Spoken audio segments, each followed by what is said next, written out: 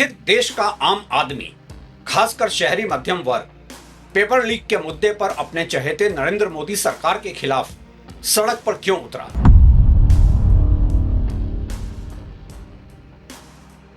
ये तो वो वर्ग है जो हर गली मोहल्ले में, ड्राइंग रूम के डिस्कशन में, व्हाट्सएप के फॉरवर्ड्स में सरकार का अनाधिकृत प्रवक्ता बना हुआ था। क्या ये सिर्फ घर में बच्चों की जिद की वजह से हुआ?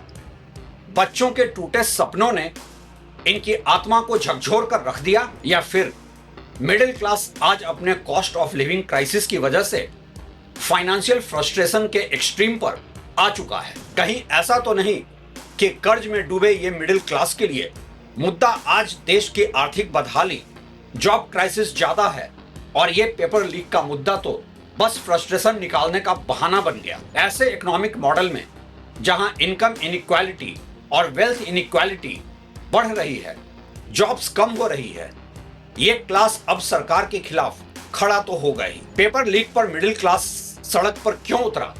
कैसे परीक्षा में पेपर लीक केवल बहाना बना और कैसे असली गुस्सा नौकरी, महंगाई, टूटती सोशल मोबिलिटी और टूटती भविष्य की उम्मीद का है? इन सब का आज हम करेंगे विश्लेषण।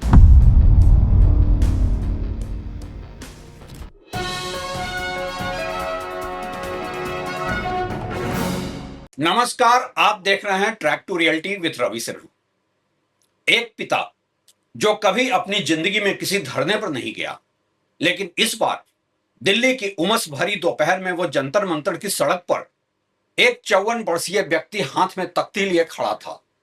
वो किसी छात्र संगठन का नेता नहीं है, किसी राजनीतिक दल का कार्यकर्ता भी नहीं है। वो एक प्राइवेट कंपनी में अकाउंट्स मैनेजर है। हर महीने उसकी सैलरी आती है। उसी दिन होम लोन ईएमआई कटती है। अगले दिन बेटी की कोचिंग फी, फिर क्रेडिट कार्ड बिल, फिर हेल्थ इंश्योरेंस प्रीमियम। पिछले 3 वर्षों में उसकी सैलरी लगभग 18% बढ़ी है, लेकिन घर का किराना, school college, transport, medical expense और लोन कमिटमेंट्स उससे कहीं तेजी से बढ़े हैं। उसने छुट्टियां बंद कर दी, नई कार का विचार छोड़ दिया, रिटायरमेंट के लिए होने वाली एसआईपी कम कर दी, लेकिन एक खर्च उसने कभी कम नहीं किया, अपनी बेटी की पढ़ाई।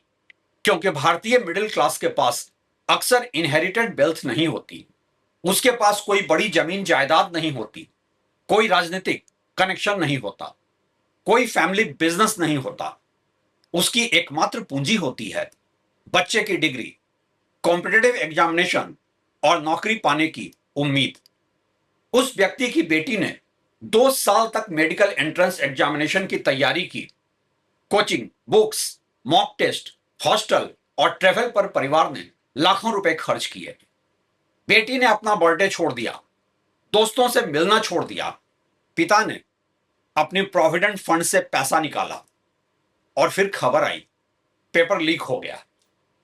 अब उस पिता के लिए यह केवल एक प्रश्न पत्र की चोरी नहीं थी। उसे लगा किसी ने उसके परिवार के 2 साल चुरा लिए, किसी ने बेटी की मेहनत चुरा ली, किसी ने उसकी सेविंग चुरा ली, और उससे भी बड़ी बात, किसी ने उस भरोसे को चुरा लिया जिसके आधार पर देश का मिडिल क्लास व्यवस्था के साथ समझौता करता है। हालिया नीट विवाद में लगभग 20 लाख विद्यार्थियों के प्रभावित होने और आंदोलन के व्यापक युवा असंतोष से जुड़ने की खबरें आई। ग्राउंड रिपोर्ट ने इसे केवल परीक्षा विवाद नहीं, बल्कि बेरोजगारी, सीमित अवसरों और हाई स्टेक्स एजुकेशन सिस्टम से जुड़ी व्यापक बेचैनी का प्रतीक बताया। यहीं से हमारी कहानी शुरू होती है, लेकिन पूरी कहानी को सुनने से पहले आप लोग इस वीडियो को लाइक, हाइप और शेयर करके औरों तक भी पहुंचाएं। चैनल को भी सब्सक्राइब कर लें। क्या पेपर लीक केवल बहाना था सरकार के खिलाफ प्रदर्शन का? इस प्रश्न का ईमानदार उत्तर है नहीं। पेपर लीक बहाना तो नहीं था, लेकिन वो अकेला कारण भी नहीं था। वो इमीडिएट ट्रिगर था, एक फ्लैश पॉइंट था। बारूद पहले से जमा था। नौकरी की अनिश्चितता, बढ़ती लिविंग कॉस्ट, महंगी शिक्षा, stagnant income, household debt, shrinking savings और सोशल मोबिलिटी के रास्ते बंद होने का डर। पेपर लीक ने इन अलग अलग फ्रस्ट्रेशंस को एक स्पष्ट विलेन दे दिया। महंगाई के खिलाफ गुस्सा डिफ्यूज होता है, पता नहीं किसे दोष दें, ग्लोबल ऑयल प्राइस को, सप्लाई चेन को, सरकार को, कंपनी को या अपनी इनकम को। जॉब क्राइसिस भी एब्स्ट्रैक्ट लगती है। सरकार कह सकती है कि अनएम्प्लॉयमेंट घट रही है, एम्प्लॉयर कह सकता है तुम्हारे पास स्किल नहीं है, फैमिली कह सकती है कि बच्चा मेहनत नहीं कर रहा, लेकिन पेपर लीक में इनजस्टिस विजिबल है। प्रश्न पत्र या आंसर की परीक्षा से पहले किसी के पास पहुंची तो यह साफ है कि कंपटीशन फेयर नहीं रहा। यही कारण है कि पेपर लीक उस फ्रस्ट्रेशन को पॉलिटिकल एंगर में बदल सकता है जिसे परिवार वर्षों से प्राइवेटली सहन कर रहा था। जब समस्या अस्पष्ट होती है, व्यक्ति खुद को दोष देता है। जब धोखा स्पष्ट हो जाता है, व्यक्ति व्यवस्था को दोष देता है। मिडिल क्लास का सरकार से एक अनकहा कॉन्ट्रैक्ट होता है। भारतीय मिडिल क्लास और राज्य के बीच हमेशा से ही एक इम्प्लिसिट कॉन्ट्रैक्ट रहा है। सरकार यह प्रॉमिस नहीं करती कि हर बच्चे को सफलता मिलेगी। परिवार भी यह नहीं कहता कि बिना कंपटीशन के नौकरी दे दीजिए। समझौता बहुत साधारण है। हम अपने बच्चों को पढ़ाएंगे, फीस देंगे, कोचिंग कराएंगे, कंपटीशन स्वीकार करेंगे, लेकिन परीक्षा निष्पक्ष होनी चाहिए। अवसर सबके लिए समान होने चाहिए। मिडिल क्लास इनइक्वालिटी को भी कुछ हद तक स्वीकार कर लेता है।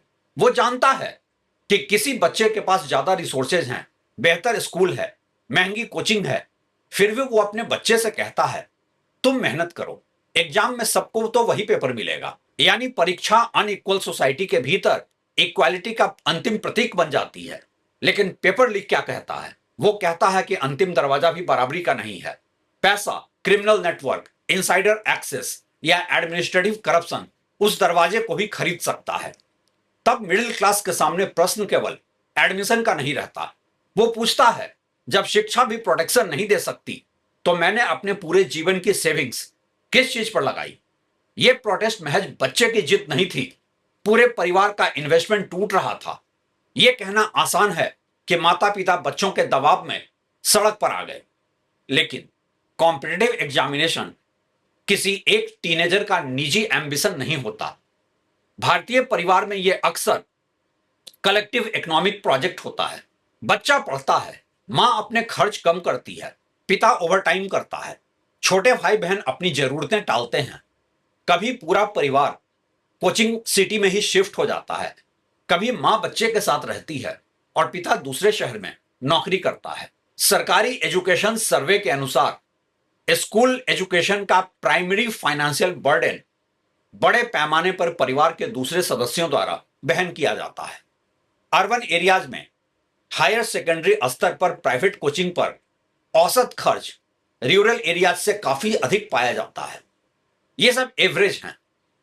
नीट, जी, यूपीएससी और अन्य हाई स्टेक्स एग्जाम्स की कॉमर्शियल कोचिंग इससे कई गुना महंगी हो सकती है। इसलिए पेपर लीक में केवल एग्जाम फी नहीं डूबती, इसमें अपॉर्चुनिटी कॉस्ट शामिल है। 2 साल जिनमें बच्चा कोई डिग्री, नौकरी या स्किल नहीं ले पाया, उसमें भी रेंट शामिल है, कोचिंग फी शामिल है, पेरेंट्स की लॉस्ट सेविंग शामिल है और सबसे बड़ा कॉस्ट है उम्र। एक 18 वर्षीय छात्र एक और अटेम्प्ट दे सकता है, लेकिन 29 साल का लड़का गवर्नमेंट जॉब एस्पिरेंट के लिए एज लिमिट समाप्ति पर है। जब परीक्षा रद्द होती है, राज्य केवल तारीख बदलता है, परिवार के लिए जीवन की पूरी टाइमलाइन बदल जाती है। परीक्षा का परिणाम नौकरी से बड़ा क्यों हो गया है? यदि इकोनॉमी में पर्याप्त क्वालिटी जॉब्स उपलब्ध हों तो एक परीक्षा असफल होने पर व्यक्ति दूसरा रास्ता चुन सकता है। लेकिन जहां सिक्योर एम्प्लॉयमेंट कम हो, वहां गवर्नमेंट रिक्रूटमेंट और प्रोफेशनल एंट्रेंस एग्जामिनेशंस का महत्व कई गुना बढ़ जाता है। इंडिया के 2023-24 पीएलएफएस के अनुसार 15 से 29 आयु वर्ग में अनएम्प्लॉयमेंट रेट 10.2% था। अर्बन यंग मेन में यह 12.8% और अर्बन यंग वीमेन में 20.1% था। सेकेंडरी एजुकेशन या उससे ऊपर की शिक्षा वाले अर्बन लोगों में अनएम्प्लॉयमेंट रेट 7.9% दर्ज किया गया। 2025 के ऑफिशियल पीएलएफएस स्नैपशॉट में कुछ इंडिकेटर्स में सुधार दर्ज हुआ। एजुकेटेड अनएम्प्लॉयमेंट घटा और रेगुलर सैलरीड एम्प्लॉयमेंट का शेयर बढ़ा। लेकिन हेडलाइन इंप्रूवमेंट के बावजूद अर्बन एजुकेटेड यूथ के लिए जॉब क्वालिटी, सैलरी और स्कूल टू वर्क ट्रांजिशन की समस्याएं समाप्त नहीं हुई। ILO institute for human development की इंडिया एम्प्लॉयमेंट रिपोर्ट 2024 ने भी लेबर मार्केट इंडिकेटर्स में सुधार और इकोनॉमिक डिस्ट्रेस के बीच पैराडॉक्स की ओर ध्यान दिलाया। रिपोर्ट का कहना था कि एम्प्लॉयमेंट में कुछ सुधार एग्रीकल्चर, सेल्फ एम्प्लॉयमेंट और डिस्ट्रेस ड्रिवन पार्टिसिपेशन के साथ भी आया। यही कारण है कि गवर्नमेंट जॉब केवल सैलरी के लिए नहीं है, उसका कई मतलब है। नौकरी की सुरक्षा, pension, retirement benefits, health cover, सामाजिक प्रतिष्ठा, marriage market advantage, home loan eligibility और परिवार को इकोनॉमिक अनसर्टेनिटी से बाहर निकालने का माध्यम। जब प्राइवेट जॉब अनस्टेबल हो, सैलरी ग्रोथ कमजोर हो और ले ऑफ्स का डर हो, तो एक कॉम्पिटिटिव एग्जामिनेशन पूरे परिवार की सोशल सिक्योरिटी पॉलिसी बन जाता है। इसलिए पेपर लीक पर रिएक्शन डिस्प्रपोर्शनेट तो नहीं है, स्टेक डिस्प्रपोर्शनेट है। मिडिल क्लास की हाउसहोल्ड इकोनॉमी पहले से दबाव में थी। अब यह समझना भी जरूरी है कि वो पिता पहले से ही आर्थिक दबाव में क्यों था। आरबीआई के आंकड़ों के अनुसार हाउसहोल्ड नेट फाइनेंशियल सेविंग 2019-20 में ग्रॉस नेशनल डिस्पोजेबल इनकम के 7.6% से घटकर 2022-23 में 5.2% रह गई थी। इसका अर्थ हर हाउसहोल्ड का कर्ज में डूबना नहीं है, लेकिन यह बताता है कि परिवारों के फाइनेंशियल कुशन्स पर दबाव बढ़ा और फाइनेंशियल लायबिलिटीज ने सेविंग्स को अधिक एब्जॉर्ब किया।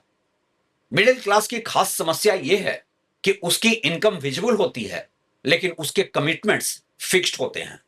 हर महीने EMI, rent, school fee, coaching fee, insurance, parents की मेडिसिन, ट्रांसपोर्ट, इलेक्ट्रिसिटी और क्रेडिट कार्ड रीपेमेंट। मान लीजिए किसी हाउसहोल्ड की इनकम 1 लाख है, उसके एसेंशियल और कॉन्ट्रैक्चुअल खर्च 80,000 हैं, उसके पास 20,000 का फ्लेक्सिबल सरप्लस है। यदि टोटल खर्च केवल 10% बढ़कर 88,000 हो जाए, तो उसका सरप्लस 20,000 से घटकर 12,000 रह जाता है। खर्च 10% बढ़ा, लेकिन फाइनेंशियल ब्रीदिंग स्पेस 40% घट गई। यही कॉस्ट ऑफ लिविंग क्राइसिस का मिडिल क्लास वर्जन है। वो आपको भूखा नहीं दिखता, उसके पास स्मार्टफोन, रेफ्रिजरेटर और कार हो सकती है, लेकिन उसके पास गलती की गुंजाइश नहीं बची होती। एक जॉब लॉस, मेडिकल इमरजेंसी या एग्जाम कैंसिलेशन उसकी पूरी फाइनेंशियल प्लानिंग तोड़ सकती है। अब एक व्यंग्यात्मक सवाल जो लोग पूछ रहे हैं, भाजपा समर्थक और आर्थिक रूप से परेशान दोनों एक साथ कैसे? यहां एक फैक्चुअल करेक्शन जरूरी हो जाता है। यह मान लेना कि सड़क पर उतरने वाला हर अर्बन मिडिल क्लास परिवार भाजपा समर्थक था, एम्पेरिकली साबित करना कठिन है। मिडिल क्लास कोई होमोजेनस पॉलिटिकल ब्लॉक नहीं है। उसमें अलग जातियां, अलग रीजन्स, अलग income groups, government employees, small traders, professionals, salaried workers और फर्स्ट जनरेशन अर्बन फैमिलीज शामिल हैं। लेकिन यह बिल्कुल संभव है कि कोई व्यक्ति भाजपा या नरेंद्र मोदी का समर्थक हो और उसी समय जॉब्स, इन्फ्लेशन या एग्जाम गवर्नेंस से नाराज भी हो। और यह जंतर मंतर के प्रोटेस्ट में साफ दिख रहा था। बच्चे अपने माता पिता के पॉलिटिकल चॉइसेस को खुलकर क्रिटिसाइज कर रहे थे। माता पिता अपने बीजेपी को दिए वोट पर दुख व्यक्त कर रहे थे। पॉलिटिकल सपोर्ट और इकोनॉमिक सेटिस्फैक्शन एक ही चीज नहीं है। 2024 लोक नीति CSDS प्री पॉल सर्वे में अनएम्प्लॉयमेंट 27% रेस्पोंडेंट्स की सबसे बड़ी चिंता और राइजिंग प्राइसेस 23% की प्रमुख चिंता थी। 62% रेस्पोंडेंट ने कहा कि पिछले 5 वर्षों में नौकरी पाना कठिन हुआ है। इसके बावजूद प्रधानमंत्री मोदी की लीडरशिप अपील और भाजपा के अन्य पॉलिटिकल नैरेटिव मजबूत बने रहे। यानी वोटर सोच सकता है, मुझे प्रधानमंत्री पसंद है, लेकिन नौकरी की स्थिति इस सरकार में खराब है। मैं सरकार की नेशनल सिक्योरिटी पॉलिसी से सहमत हो सकता हूं, लेकिन पेपर लीक स्वीकार नहीं करूंगा। मैं विपक्ष को वोट नहीं देना चाहता, लेकिन मिनिस्टर से अकाउंटेबिलिटी चाहता हूं। इसे कॉन्ट्राडिक्शन समझना गलत है। यह कंडीशनल पॉलिटिकल लॉयल्टी है। भाजपा सरकार को समर्थन अस्थाई ब्लैंक चेक नहीं है किसी नागरिक का। पेपर लीक ने पॉलिटिकल आइडेंटिटी को पर्सनल इंजरी में बदल दिया। राजनीतिक डिबेट में लोग अक्सर अपनी पार्टी को डिफेंड करते हैं। ये इकोनॉमिक डेटा पर बहस भी कर सकते हैं। सरकार कह सकती है ग्रोथ मजबूत है, अपोजिशन कह सकता है कि अनएम्प्लॉयमेंट लगातार बढ़ी है। दोनों तरफ अपने अपने चार्ट्स हो सकते हैं, डेटा का अलग इंटरप्रिटेशन हो सकता है, लेकिन जब आपके बच्चे की परीक्षा लीक होती है, डिबेट पर्सनल हो जाती है। अब मुद्दा जीडीपी नहीं है, मुद्दा यह है मेरी बेटी ने 2 साल मेहनत की और किसी ने पैसा देकर पेपर खरीद लिया।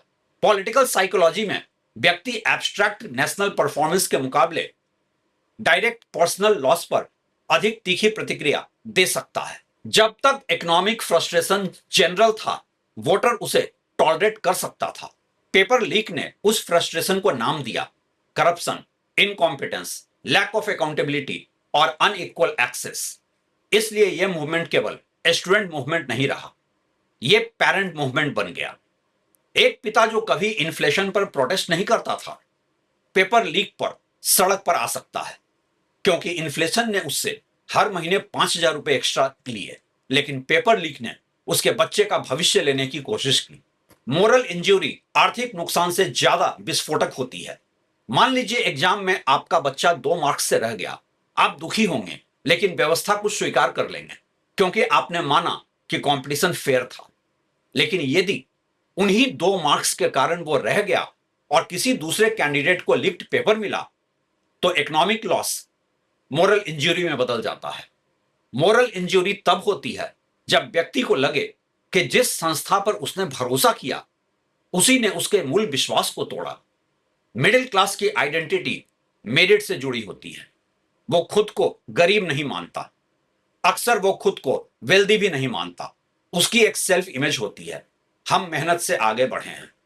पेपर लीक इसी आइडेंटिटी पर हमला करता है। वो कहता है तुम्हारी मेहनत पर्याप्त नहीं है। कनेक्शन और करप्शन जीत सकते हैं। यही मैसेज समाज के लिए ज्यादा खतरनाक है, क्योंकि इससे केवल एक परीक्षा की क्रेडिबिलिटी नहीं टूटती, पूरी मेरिटोक्रेसी पर संदेह पैदा होता है। पेपर लीक ने प्राइवेट फेलियर को पब्लिक फेलियर बना दिया। कॉम्पिटिटिव एग्जामिनेशंस की साइकोलॉजी कठोर होती है। लाखों कैंडिडेट्स में कुछ हजार सेलेक्ट होते हैं। बाकी कैंडिडेट्स से कहा जाता है मेहनत कम थी, स्ट्रैटेजी खराब थी, कंसंट्रेशन नहीं था, अगली बार प्रयास करो। व्यक्ति अपनी फेलियर प्राइवेटाइज कर लेता है। वो सिस्टम से प्रश्न नहीं करता, अक्सर वो खुद को दोष देता है। लेकिन लीक होने पर नैरेटिव बदलता है। अब छात्र कहता है मैं असफल नहीं हुआ, परीक्षा असफल हुई, सरकार और व्यवस्था असफल हुई। माता पिता कहते हैं हमने बच्चे पर गलत प्रेशर नहीं डाला, इंस्टीट्यूशन ने हमारे साथ अन्याय किया। यह साइकोलॉजिकल शिफ्ट बहुत बड़ा है। जब निजी ह्यूमिलिएशन कलेक्टिव इनजस्टिस में बदलती है, तभी देश में मूवमेंट बनता है। हर प्रोटेस्टर को एक दूसरे की पर्सनल स्टोरी में अपना नुकसान दिखाई देता है। क्या पेपर लीक केवल फ्रस्ट्रेशन निकालने का बहाना था? इसे बहाना कहना पेपर लीक की गंभीरता को कम कर देगा। बेहतर शब्द है टिपिंग पॉइंट। एक ग्लास धीरे धीरे भरता है। पहली बूंद नौकरी की अनसर्टेनिटी थी, दूसरी महंगी कोचिंग, तीसरी एजुकेशन लोन, चौथी इन्फ्लेशन, पांचवी सैलरी स्टैग्नेशन, छठी एज लिमिट, सातवीं पोस्टपोन्ड रिक्रूटमेंट, और पेपर लीक वो आखिरी बूंद थी जिसने ग्लास ओवरफ्लो करा दिया। इसका मतलब पेपर लीक आर्टिफिशियल इशू नहीं है, बल्कि उसकी पॉलिटिकल एनर्जी उन सभी अनरिजॉल्व्ड ग्रीवांसेस से आई है जो पहले से देश में मौजूद थी। हालिया आंदोलन पर ग्राउंड रिपोर्ट्स ने भी इसे broader youth frustration, unemployment, educational scarcity और अर्बन मिडिल क्लास डिसइल्यूजनमेंट से जोड़ा है। इसलिए सही फॉर्मुलेशन होगा पेपर लीक कारण भी है और एक प्रतीक भी। कारण इसलिए कि उसने वास्तविक नुकसान किया, प्रतीक इसलिए कि उसने पूरे अपॉर्चुनिटी सिस्टम की फेलियर को रिप्रेजेंट किया। आज मुद्दा सिर्फ युवाओं का नहीं है, देश का हर आदमी पूछ रहा है ग्रोथ हो रही है, फिर आर्थिक बदहाली क्यों महसूस होती है? इस डिबेट में एक गलती दोनों पक्ष करते हैं। एक पक्ष कहता है जीडीपी बढ़ रही है, इसलिए आर्थिक संकट की बात झूठी है। दूसरा कहता है परिवार परेशान है, इसलिए इकोनॉमी में कुछ भी अच्छा नहीं हो रहा। दोनों तर्क अधूरे हैं। देश की इकोनॉमी ग्रो कर सकती है, कॉर्पोरेट प्रॉफिट्स बढ़ सकते हैं, इंफ्रास्ट्रक्चर बन सकता है, स्टॉक मार्केट ऊपर जा सकता है, और उसी समय median urban household financial stress महसूस कर सकता है। क्योंकि जीडीपी प्रोडक्शन मेजर करती है, हाउसहोल्ड वेलबींग निर्भर करती है income distribution, job security, essential service cost, housing, education, health care और डेट सर्विसिंग पर। वर्ल्ड इनइक्वालिटी लैब के एस्टिमेट्स के अनुसार भारत के टॉप 1% के पास 22.6% नेशनल इनकम और 40.1% टोटल नेशनल वेल्थ है। इन एस्टिमेट्स की मेथोडोलॉजी और कॉलोनियल राज जैसी कंपैरिजंस पर कुछ इकोनॉमिस्ट ने भी सवाल उठाए हैं। इसलिए एग्जैक्ट मैग्नीट्यूड को अंतिम सत्य नहीं समझना चाहिए, लेकिन कैपिटल और वेल्थ कॉन्सेंट्रेशन पर डिबेट वास्तविक है। मिडिल क्लास इनइक्वालिटी को तब तक सह सकता है जब उसे अपवर्ड मोबिलिटी दिखाई देती रहे। उसे बिलियनर्स से ईर्ष्या जरूरी नहीं होती। उसका सवाल होता है, क्या मेरा बच्चा मुझसे बेहतर जीवन जी पाएगा? यदि जवाब हां है तो इनइक्वालिटी पॉलिटिकली टॉलरेबल हो सकती है। यदि जवाब नहीं तो रिसेंटमेंट बढ़ता है। पेपर लीक ने इसी इंटरजेनरेशनल मोबिलिटी पर चोट की है। अर्बन मिडिल क्लास सामान्यतः प्रोटेस्ट की तुलना में इंस्टीट्यूशनल सॉल्यूशंस पसंद करता है। वो कंप्लेंट करता है, कोर्ट जाता है, सोशल मीडिया पर लिखता है, पिटीशन साइन करता है, टेलीविजन डिबेट देखता है। सड़क पर उतरने में उसे कई कॉस्ट दिखते हैं, नौकरी से छुट्टी, पुलिस एक्शन का risk, public image, political level और डेली रूटीन का डिसरप्शन। इसलिए जब मिडिल क्लास सड़क पर आता है तो अक्सर 3 परिस्थितियां होती हैं। पहली, नुकसान डायरेक्ट और पर्सनल हो, बच्चे की परीक्षा, घर, नौकरी या सेविंग्स खतरे में हो। दूसरी, इंस्टीट्यूशनल रेमेडी पर भरोसा ना हो, उसे लगे कि इंक्वायरी, कंप्लेंट या कोर्ट प्रोसेस बहुत देर लगाएगा। तीसरी, कलेक्टिव लेजिटिमेसी मिल जाए, उसे दिखाई दे कि वो अकेला नहीं है, हजारों फैमिलीज उसी समस्या से प्रभावित हैं। सोशल मीडिया ने तीसरे फैक्टर को ड्रामेटिकली मजबूत किया है। पहले एक स्टूडेंट किसी पेपर लीक पर अपने कमरे में रोता था, अब उसे 10 मिनट में पता चल जाता है कि हजारों स्टूडेंट्स वही ग्रीवांस शेयर करते हैं। डिजिटल नेटवर्क प्राइवेट सफरिंग को कलेक्टिव एक्शन में बदल देता है। सरकार के लिए यह आंदोलन ज्यादा खतरनाक क्यों है? हर प्रोटेस्ट इलेक्टोरल रिवॉल्ट नहीं बनता, लेकिन पेपर लीक प्रोटेस्ट सरकार के लिए 3 तरह से सेंसिटिव है। पहला, यह कोर गवर्नेंस क्लेम पर हमला करता है। सरकारें अपने आप को डिसिसिव, टेक्नोलॉजी ड्रिवन और करप्शन कंट्रोल वाली बताती हैं। नेशनल लेवल एग्जामिनेशन लीक होने पर प्रश्न उठता है, यदि हाईली मॉनिटर्ड एग्जाम सिक्योर नहीं है तो एडमिनिस्ट्रेटिव कैपेसिटी कहां है?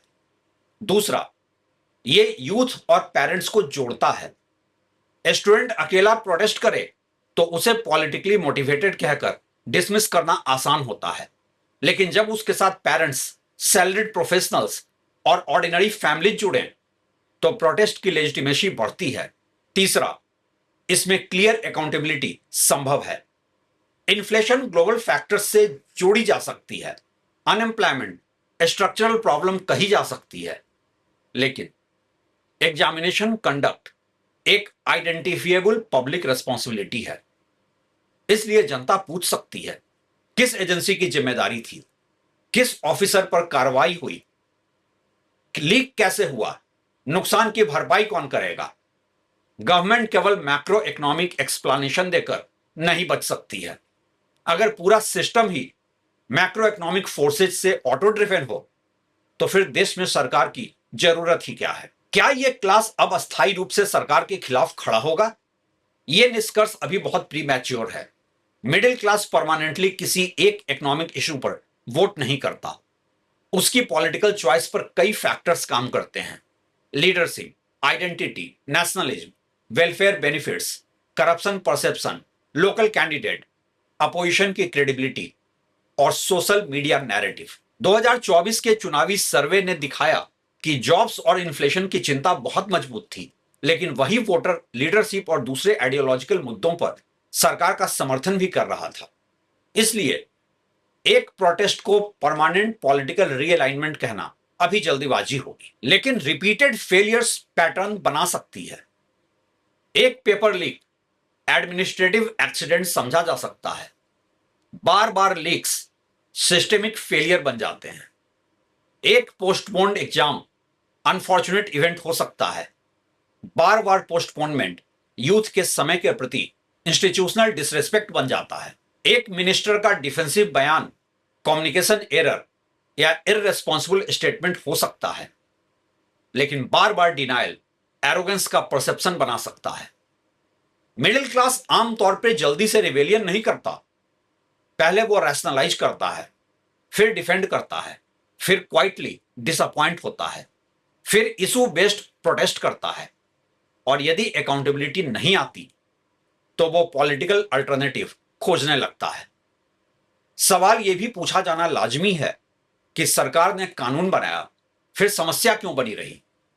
केंद्र सरकार का public examinations prevention of unfair means act 21 जून 2024 से लागू हुआ है। इसमें क्वेश्चन पेपर और आंसर की leakage, collusion, unauthorised access, OMR tampering तथा ऑर्गेनाइज्ड क्राइम जैसे एक्ट्स को ऑफेंसेस बनाया गया।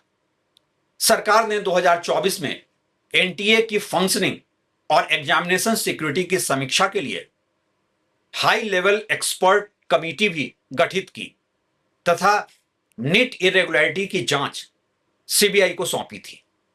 ये सब जरूरी स्टेप्स थे, लेकिन कानून और डेटरेंस अकेले पर्याप्त नहीं है। पेपर लीक के इकोनॉमिक्स को समझना होगा।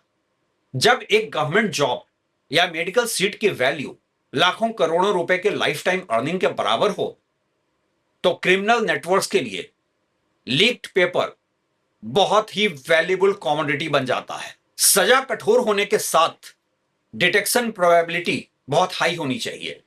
यदि कल्प्रिट को लगता है कि पकड़े जाने की संभावना बहुत कम है, तो केवल मैक्सिमम सेंटेंस उसे नहीं रोकता। इसलिए एग्जाम रिफॉर्म का अर्थ केवल नया कानून नहीं है। वास्तविक समाधान क्या होगा? इंडिपेंडेंट एग्जामिनेशन सिक्योरिटी अथॉरिटी चाहिए। एग्जाम कंडक्टिंग बॉडी अपना खुद सिक्योरिटी ऑडिट ना करे। Cyber security, printing, logistics, question setting और सेंटर मैनेजमेंट की इंडिपेंडेंट ऑडिट हो। End to end chain of custody trace हो। क्वेश्चन पेपर किस सिस्टम पर बना, किसने एक्सेस किया, कब एनक्रिप्ट हुआ, किस सेंटर पर कब पहुंचा, हर स्टेप का टैंपर प्रूफ डिजिटल ट्रेल हो। अकाउंटेबिलिटी ऑफिसर तक पहुंचे केवल छोटे कर्मचारी, सॉल्वर या कैंडिडेट को पकड़ना पर्याप्त नहीं। सुपरवाइजरी फेलियर और वेंडर नेग्लिजेंस के लिए सीनियर अकाउंटेबिलिटी तय होनी चाहिए। कैंडिडेट कंपेंसेशन फ्रेमवर्क बने। एग्जाम कैंसिल होने पर केवल कैंडिडेट को नई डेट देना पर्याप्त नहीं है। ट्रेवल, एकोमोडेशन और एग्जामिनेशन फी का रीइंबर्समेंट हो।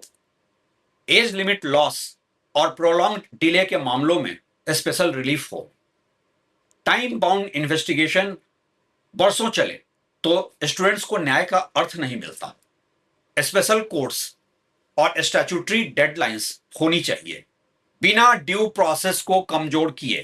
एक stable national exam calendar, recruitment और एंट्रेंस एग्जामिनेशन का एनुअल कैलेंडर हो। कैंसिलेशन या डिले एक्सेप्शनल हो, नॉर्मल नहीं। कोचिंग डिपेंडेंस कम करनी होगी। स्कूल और कॉलेज एजुकेशन यदि एंट्रेंस एग्जामिनेशन के लिए पर्याप्त नहीं है, तो पैरेलल कोचिंग सिस्टम अनिवार्य बन जाता है। इससे अपॉर्चुनिटी फैमिली इनकम पर निर्भर होने लगती है। सबसे बढ़कर क्वालिटी जॉब्स। जब लाखों लोग कुछ हजार पोस्ट के लिए कॉम्पीट करते हैं, लीक का सोशल इंपैक्ट एक्सप्लोसिव हो जाता है। एग्जाम सिक्योरिटी जरूरी है, लेकिन वैकेंसी, रिक्रूटमेंट स्पीड और private sector job quality equally जरूरी है।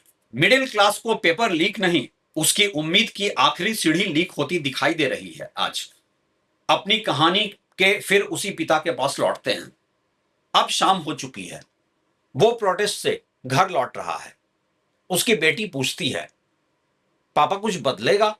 वो शायद निश्चित उत्तर नहीं दे सकता, लेकिन पहली बार उसने बेटी को यह नहीं कहा तुम और मेहनत करो। उसने कहा, मेहनत तुमने पूरी की है, अब जवाब व्यवस्था को देना है। यही इस आंदोलन का पॉलिटिकल टर्निंग पॉइंट है।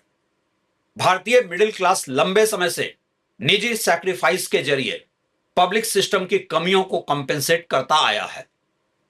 गवर्नमेंट स्कूल कमजोर है, प्राइवेट स्कूल ले लो।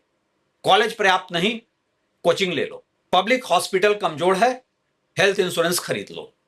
पब्लिक ट्रांसपोर्ट खराब है, ईएमआई पर व्हीकल ले लो। पेंशन नहीं है, एसआईपी कर लो।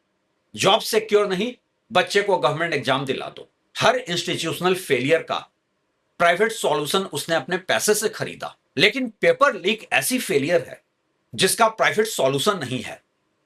आप ज्यादा कोचिंग खरीद सकते हैं, ज्यादा बुक्स खरीद सकते हैं, बेहतर टीचर खरीद सकते हैं, लेकिन फेयर एग्जामिनेशन खरीद नहीं सकते। यह आपको केवल स्टेट दे सकता है, और जब स्टेट वही न्यूनतम गारंटी देने में असफल दिखाई देता है, तब मिडिल क्लास का आर्थिक फ्रस्ट्रेशन पॉलिटिकल एंगर में बदलता है। इसलिए यह पूरा मूवमेंट कोई बच्चों की जिद नहीं थी, यह केवल पेपर लीक भी नहीं था। यह उस वर्ग की चीख थी जिसने अपनी प्रेजेंट कंजम्पशन काट कर बच्चे के फ्यूचर में इन्वेस्टमेंट किया और फिर पाया कि फ्यूचर का गेट भी सुरक्षित नहीं है। मिडिल क्लास अमीरी की गारंटी नहीं मांग रहा था, वो केवल मेहनत और अवसर के बीच एक निष्पक्ष पुल मांग रहा था। और जब वो पुल बार बार टूटता है तो वो वर्ग सड़क पर आएगा ही। शायद हर बार सरकार बदलने के लिए नहीं, लेकिन सरकार को यह याद दिलाने के लिए जरूर कि आप इकोनॉमी को आंकड़ों से चला सकते हैं, लेकिन लेजिटिमेसी केवल देश के आम आदमी के भरोसे से चलती है। और मोदी सरकार पर वो भरोसा अब ऐसा नहीं रह गया है कि लोग कह सकें शुक्रिया।